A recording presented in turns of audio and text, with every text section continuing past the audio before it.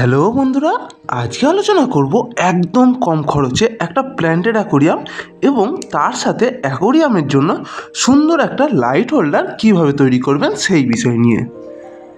তো সবার প্রথমে আমি জোগাড় করে নিয়েছি কিছু ড্রিপটুট আর নর্মাল গাছের শুকনো ডাল। তো এবার এই ড্রিপটুট আর নর্মাল ডালগুলোকে অ্যাকোরিয়ামের সাইজ আর পজিশান বুঝে জুড়ে নিতে হবে। তার জন্য লাগবে শুধু ফেভিকুইক আর কিছুটা তুলো। তো ডালগুলোকে এবার পজিশান অনুযায়ী সেট করে তুলো আর ফেভিকুইক দিয়ে একে অপরের সাথে জুড়ে দেবো। তো এখানে বলে রাখি, আমি আগে থেকেই সমস্ত ডালগুলোকে অ্যাকোরিয়ামের মধ্যে রেখে সেটআপের একটা আইডিয়া করে নিয়েছিলাম যে কী রকম ধরনের ডিজাইন করব। এবং তারপর সমস্ত ডালগুলোকে অ্যাকোরিয়ামের বাইরে এনে ভালো করে ফেভিকুইক দিয়ে জুড়ে দিয়েছি। তো এখানে আমার ড্রিপটুটের সেটআপ রেডি হয়ে গেছে। তো এবার অ্যাকোরিয়ামের মধ্যে দিয়ে দেখব কেমন লাগছে। তো এই অ্যাকোরিয়ামটার বাইরের দিকে আমি কালো রং করে দিয়েছি যেন ব্যাকগ্রাউন্ডটা দেখতে আরও সুন্দর হয়ে ওঠে।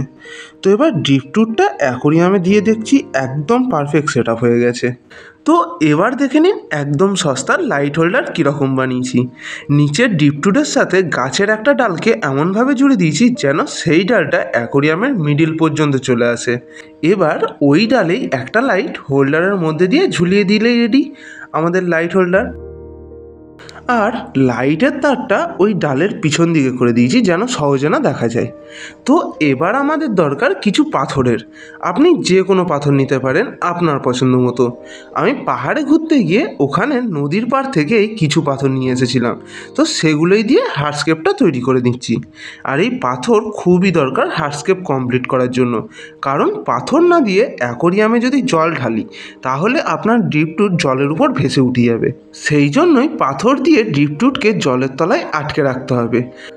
আর হ্যাঁ, রেল লাইনের ধারে যে পাথর থাকে সেই পাথর কখনোই অ্যাকোরিয়ামে ইউজ করবেন না, কারণ ওই পাথর জলের পিএইচকে অনেকটা বাড়িয়ে দেবে বা কমিয়ে দেবে, যার জন্য আপনার মাছ মরে যেতে পারে। তো এবার আমার হার্ডস্কেপ মোটামুটি কমপ্লিট। তো এই যে তুলোগুলো ফেভিকুইক দিয়ে আটকেছিলাম, তো ওই তুলোগুলো যেন বোঝা না যায় তার জন্য ওর উপরে মাটি দিয়ে আবার ফেভিকুইক দিয়ে দিচ্ছি যেন সহজে তুলোগুলোকে বোঝা না যায় আর একটা ন্যাচারালি ফিল আসে। তো এবার হার্ডস্কেপের লাস্ট কাজ বাকি, সেটা হলো মাটি। তো আমার কাছে পুরোনো অ্যাকোরিয়ামের কিছু অ্যাকোয়া সয়েল ছিল যেগুলো অনেক দিন ধরেই পড়েছিল। তো সেই সয়েলটাই এখানে ইউজ করে নিচ্ছি। তো বন্ধুরা দেখুন, এই কোণটায় আমার মাটি ঢালতে অনেকটা অসুবিধা হচ্ছিল, কিন্তু ধৈর্য ধরে আস্তে আস্তে পুরো মাটিটা ঢেলে দিলাম। তো এবার হার্ডস্কেপ পুরো কমপ্লিট। এবার অ্যাকোরিয়ামে জল ঢালার পালা। একদম আস্তে আস্তে জল ঢালতে হবে যেন মাটি বেশি না নড়ে। তো এবার জল ঢালা হয়ে গেলে ফিল্টারটা অন করে রেখে দেবো এবং নেক্সট ডে পুরো অ্যাকোরিয়ামে জল ফেলে প্ল্যান্টিং করব। তো প্ল্যান্টিং করার ভিডিও নেক্সট পার্টে আসতে চলেছে। তাছাড়া আমি যে যে প্ল্যান্ট এখানে ইউজ করব সেগুলো সবই নেচার থেকে কালেক্ট করে এনেছি।